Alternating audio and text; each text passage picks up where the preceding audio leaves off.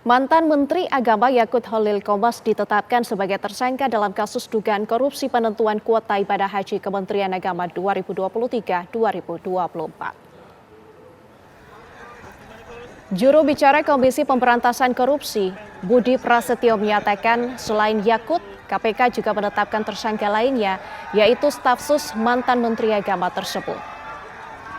KPK saat ini masih terus melakukan kalkulasi menghitung kerugian negara yang ditimbulkan akibat perkara ini.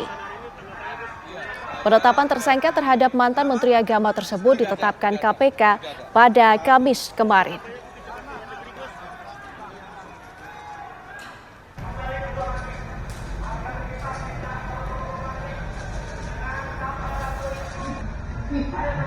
Pertama, saudara YCQ selaku ex-menteri agama, dan yang kedua saudara IAA selaku staf sus menteri agama pada saat itu.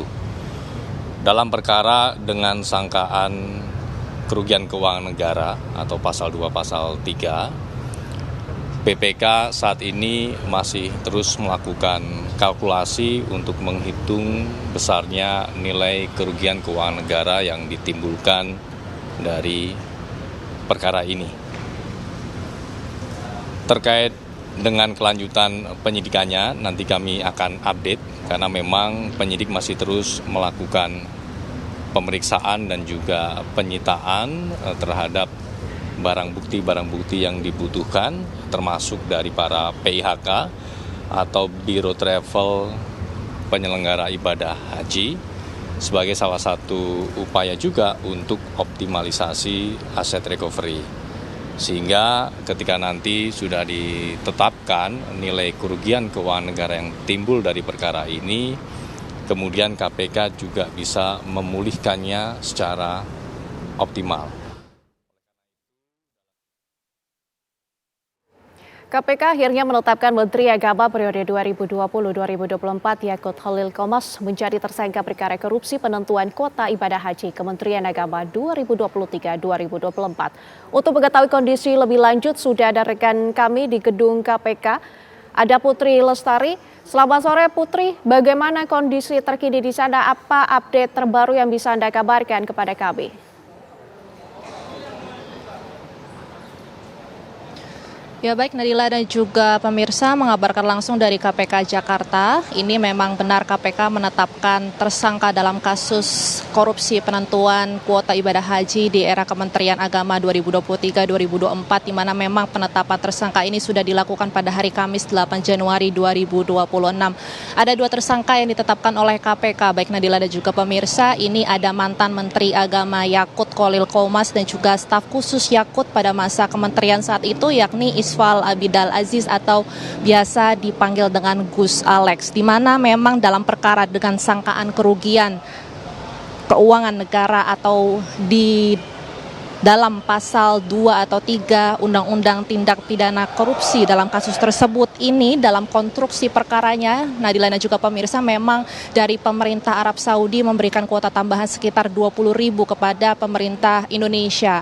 Dan dari kuota tambahan itu memang pemerintah Indonesia ini melakukan diskresi oleh Kementerian Agama, dibagi menjadi 50% dan 50%, 10.000-nya ini didapatkan oleh penyelenggaraan haji reguler dan juga 10.000 didapatkan oleh penyelenggaraan haji khusus, di mana dalam diskresi itu ini menimbulkan atau bertentangan dengan adanya undang-undang dan juga menimbulkan adanya kerugian negara. Dari BPK atau Badan Pemeriksa Keuangan saat ini masih terus menghitung berapa jumlah kerugian yang ditetapkan atau ditimbulkan dari adanya korupsi di penentuan atau di dalam penentuan kuota ibadah haji di era Kementerian Agama 2023 dan juga 2024. Dan dari penyidik KPK sendiri, baik Nadila juga pemirsa, ini masih terus melakukan penyelidikan ataupun pemeriksaan kepada pihak-pihak terkait dan juga masih terus melakukan penyitaan terhadap barang bukti yang diberikan, termasuk dari PIHK atau Biro Travel terkait untuk